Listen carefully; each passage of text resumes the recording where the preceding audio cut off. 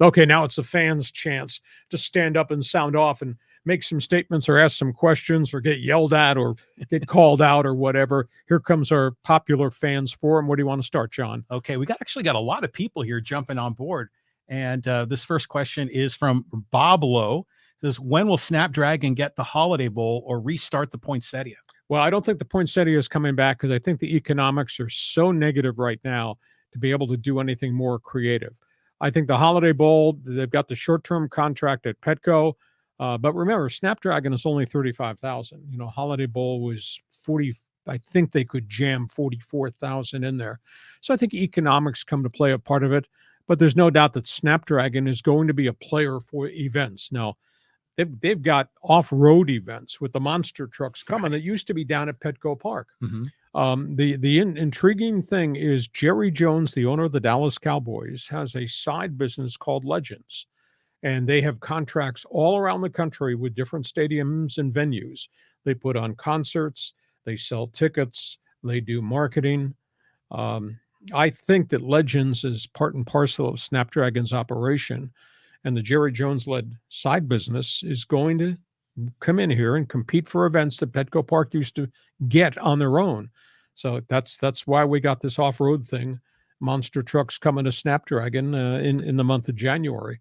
But I don't know that they'll move from Petco Park yet, although everything I was told, it was just a really, really great experience, as weird as it looked to see a football field in a baseball stadium. Yeah, well, Petco does that golf thing where they could tee off from the third deck, and they're going to have a lot more concerts. So there's just a lot more entertainment that's going on, and it's great that San Diego has another marquee venue. Yeah, exactly. Venue is the correct term. Next question here on our fans forum. Okay, this is from Ryan Kennedy. Bennett thought Georgia was screwed towards the end, but Ohio State had a wide left field goal attempt that even missed the net. Yeah, it was really odd with the time they had and the chance to kick that field goal, though it was from 50.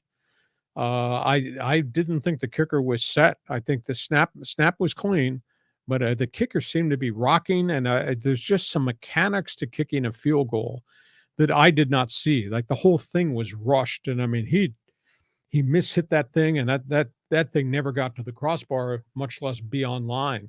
But boy, how many kicks have we seen rocket off the uprights that either bing went in for a game-winning kick, field goal, or a point after, or bing ricocheted out and cost the team the game. So kickers play a key part of the game. But the bowl season has just been electric for how many end of game plays that we've had that decided the games. Well, think about the pressure on that young man.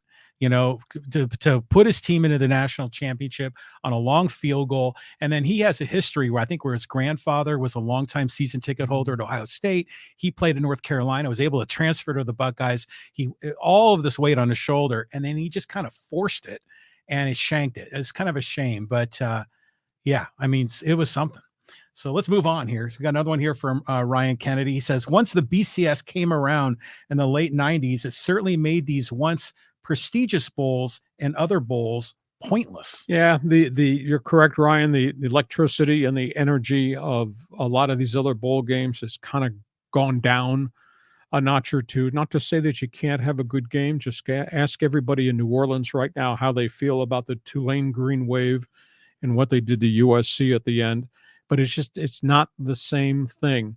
TV money, TV contracts are now driving everything in college athletics. And I guess that's good for the schools, that these schools can get $51 million a year in the Big Ten in revenue sharing because of the media contracts. And the SEC is $61 million per year to every school, whether you're really good like Alabama or you're really bad like Vanderbilt, because that money helps fund the other 18 or 20 or 21 intercollegiate athletic programs that you have to have. But to me, there's loss of specialness.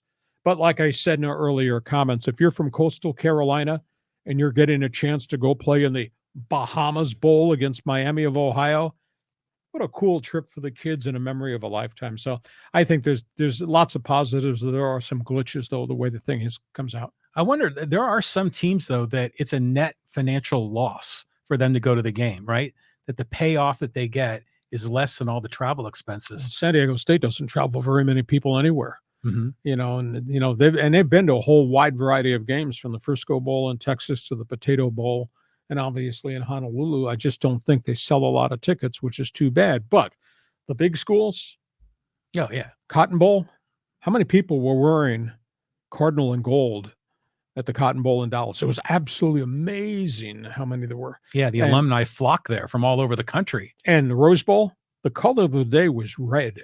Utah Utes red, with the exception of one big section, which was all Penn State white and blue. Wow. But so the big schools, their fans, they got a lot of alums. They do travel. They do travel. All right, let's move on here. Ryan has another comment. The Holiday Bowl seemed like it was always had the high power offense at BYU in the late 80s and early 90s. Well, that's when I first got attracted to the Holiday Bowl. I told a story a week ago. I was living on Long Island, growing up on Long Island. It was snowy and 9 degrees on Long Island. And I flipped on the TV, and there I saw palm trees, and I saw footballs, and I saw sunshine. I said, wow, Holiday Bowl. Never thinking I get the chance to broadcast a bowl. When I was the voice of the Arizona State Sun Devils, we played Arkansas out here. It was a defensive struggle. It was not a 51-50 game. But I'll tell you what, thanks to Lavelle Edwards and all the great assembly line quarterbacks that came out of BYU, they put this bowl game on the map. BYU, Michigan, BYU, SMU. I mean, just some spectacular games along the way. So Holiday Bowl's got great tradition. I hated to see UCLA did the bowl what they did a year ago when they canceled out 5 hours beforehand, after never having been honest about what was going on within their program in the year prior, obviously with COVID. But playing downtown on the Gaslamp Quarter, quote, a good time was had by all. Oh, yeah, you know it. You know it. All right, let's move on down the list here. We got from Ed McShane, the voice. That is I, guilty as charged. I am here. Now, we've had, it's a great time. I run into people all the time that just recall spectacular stuff about the years as the voice of the San Diego Chargers, and funny stories and incidents and things like that. And a lot of guys will recall the specialness of what our original radio station, Extra Sports 690, was. And then when we recreated it, the mighty 1090, before corporate ownership kind of wrecked it. But so it's nice to be remembered, but boy, it's cool to have people now getting back to you and say, hey, we really enjoy what you're doing on this podcast. And they let go. Guy stopped me at the fitness center, and he said, I watch your podcast. It's pretty good. Do you really have a Royal manual typewriter still in your garage? I said, yeah, the key's broken, couldn't get it fixed, so I had to go to electric. And now obviously I dabble on computers like the whole world does. So yeah, it's nice to be remembered. Thank you. Okay, so Ryan Kenny says, how many MLB stadiums host a bowl game? It's quite a few. Major League Baseball stadiums? Yeah. Well, Yankee Stadium, Fenway Park. I don't know of any others. Petco. Well, okay, that's 3. Okay. That's cool. But they're all football stadiums, football venues, NFL venues, I think, for the most part. Mm-hmm. And Ryan goes, yeah, it's quite a few MLB venues.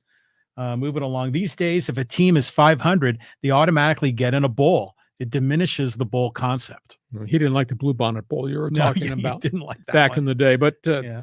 we've talked extensively about 42 bowl games, but how cool it is for a trip when these kids get the chance to have a chance to go to the Bahamas Bowl. You ever going back to the Bahamas again? Probably not. Probably not. That's Yeah, for a cool. lot of these kids, they haven't traveled much at all. So Yeah. good for them. David Andrews says, hey, Lee, let's get Bill Warndell on your show. We'll have to work on that. Billy's in Philadelphia, is doing very well. He's got a small sports talk show he does daily at a small station outside Philadelphia, and I go on it every once in a while, maybe once a month. It just talks sports, and Billy's Billy. He hasn't changed. Do you know my good friend Philly Billy Warndell is the only man I know that does not own a laptop, does not have an email address. Really? Really? Yes. I give him grief about that all the time. His life stopped in terms of technology in 1988. In fact, I always razz him. I said, you still got a black and white TV too? But great guy, great friend, long time accomplice. Our Lads Draft Guide, right? That's right. Back Yeah. in the day. And he still does stuff for Our Lads Draft Guide. All right, one more. Hit me with one more here.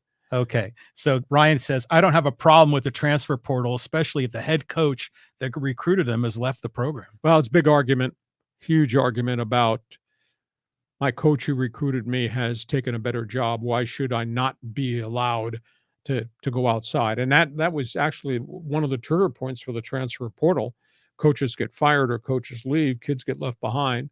And then, the other part of the equation was the NIL, that the players make all this money for their universities, tickets, TV contracts, game jerseys, and the players were not getting any financial remuneration for what they were doing. Yes, they got a college scholarship, but as you say, these kids from the inner city don't have 25 cents to buy a hamburger. So Mhm. that's why the student rights lawsuits began.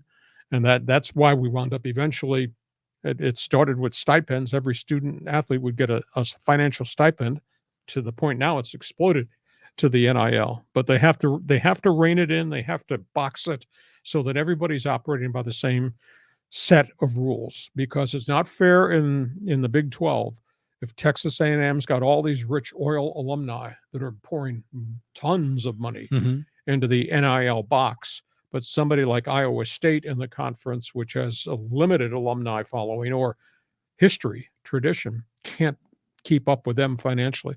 So that's what the new president of the NCAA, Ed Baker, from Boston, who's replaced Mark Emmert, just took office today, January 2nd.